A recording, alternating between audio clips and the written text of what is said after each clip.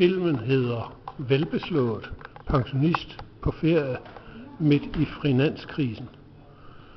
Og jeg har bevæget mig herned til Ditmarsken, og jeg har netop drukket en halv liter Ditmarscher Pilsner, som laves på en gammel metode.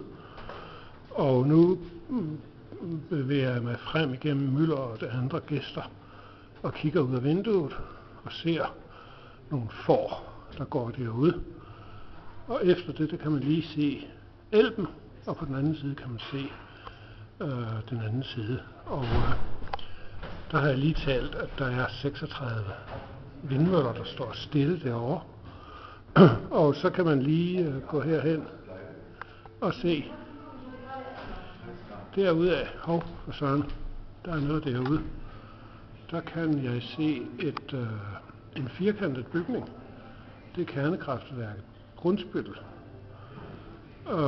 Og så står der en hel masse vindmøller rundt omkring, og så er der en enkelt, der kører rundt til ære for Svend Auken.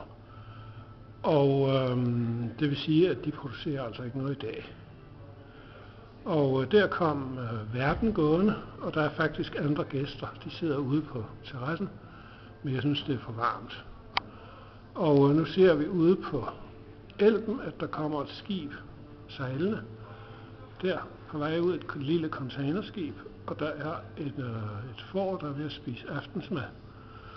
Og over på den anden side Brunsbüttel, længere væk, der ligger Brunsbüttel by og en kolossal masse petrokemisk industri, og der begynder Nord-Ostsee-kanalen, og jeg gætter på at dømme efter antallet af tatoveringer på de øvrige gæster, at en del af de folk derovre, at de folk, der kommer her, det er folk, der arbejder i forbindelse med skibe, der ligger der midlertidigt, eller jeg ved ikke hvad.